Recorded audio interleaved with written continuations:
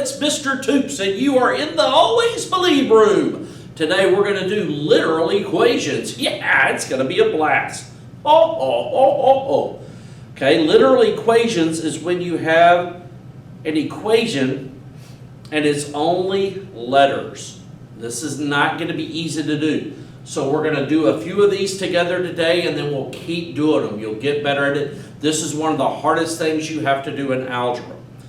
Okay, so what I would suggest to do on this one, look at number one, we want to solve this for A. What I tell my students is circle what you're solving for. So we want to solve this for A, don't we? Notice the A is on the right, so we want everything else but the A to go to the left. So we need to get rid of the 3 and the 5, don't we?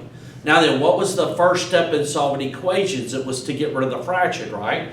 So to get rid of this fraction, I'm going to distribute the denominator, aren't I? So I'm going to take the denominator and distribute it to each term in the fraction. So the 5 will go to this term and this term. And now I'm just going to go through and do sign, number, letter. So 5 times z is 5z equals, these 5s will divide out, won't they? 5 divided by 5 is 1, and I'm left with 3a.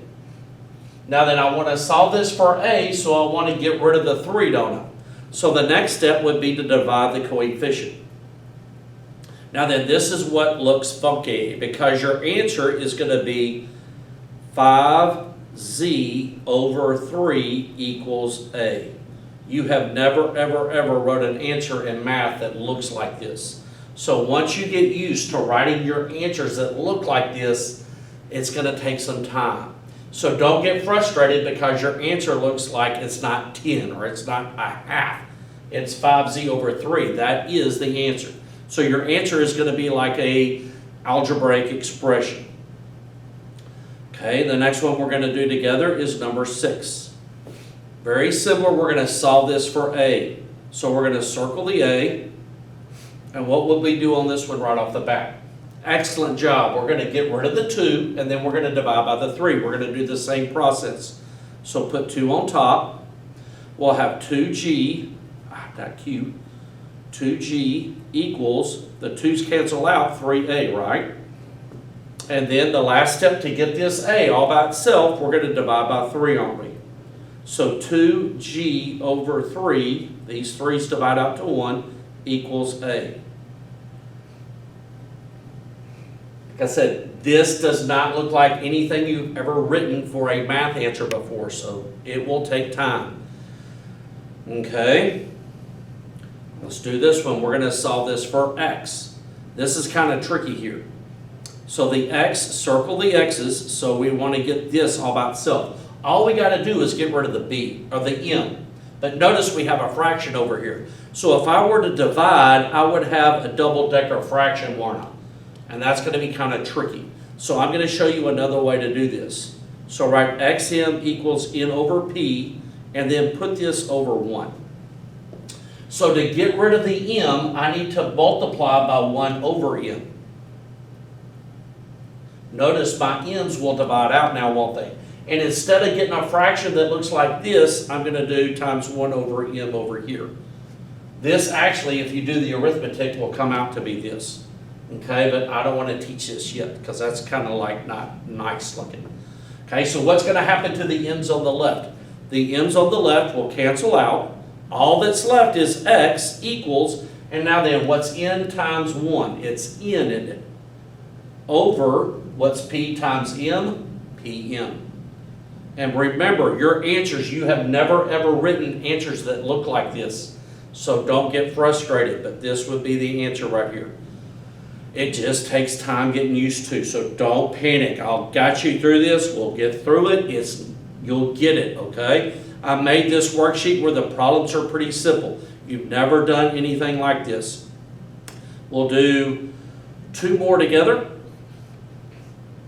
Now then on this one, we want to solve it for x. We're on number 9. Okay, so circle your x. Now then on this one, there's no multiplying or dividing, is there? So basically, we're going to take the y and the m and move it across. So let's do the y first. I'm going to subtract y, and I cannot do z minus y, can I? They are not like terms. So z minus y, let me write it correctly, equals negative m plus x. Notice the y went from a positive to a negative when I moved it across. So whenever you move a term across, it just switches signs, right? What's going to happen when we move the m across? Can anyone tell me? Excellent job. The m is going to go from a negative to a positive, and we show that by this. We're going to draw a bar. These will cancel out. We'll have, unless you can put these in any order, let's put them alphabetically. M minus y plus z equals x. This is what the answer is. Now then, once you get the hang of this, what you're going to do, when you move the y from the right to the left, it will go from a positive to a negative. When you move the m from the right to the left, it will go from a negative to a positive, and you can just go from here to here. Okay, because all you're doing to move them across is just switching the signs.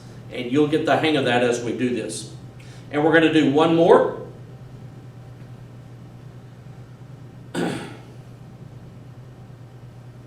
Let's look at 15. This is one of the harder ones, and this is something you might see on STAR, okay? So this one right here, we want to get the x all by itself. Let me do that in red. It shows up a little bit better. So we want to get the x all by itself. So the first step is to get rid of the fraction, right? And what's our fraction here? C, right? I'm going to distribute the denominator to both terms. So what happens to the c's over here? They cancel out. They divide out to 1. Now then, right here, you're going to write down these letters in alphabetical order. Whenever you multiply letters, you just put them in alphabetical order.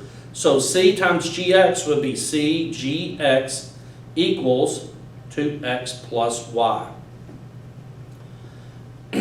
Now then, the next step would be to get the x all by itself. We're going to move the y from the right to the left. And I'm just going to do this like the more power way. So I'm going to write down cgx because it has more letters. And what's going to happen to the positive y when you move it across? Excellent. It will turn into a negative y, right? Okay, to show that, if you wanted to, you could subtract y from both sides, couldn't you? But y's cancel out. But just remember, whenever you move that across, the positive will turn into a negative. This right here is your answer. Okay, this is not that difficult. So go back to the top and write down do any 4. So you're going to do 4 of these problems, any one of them, and then the next day we'll keep doing more. This is not easy, okay? So today you should be able to pick 4 problems you could go through and do.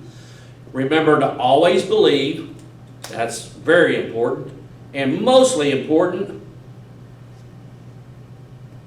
you are awesome. Ho, ho, ho.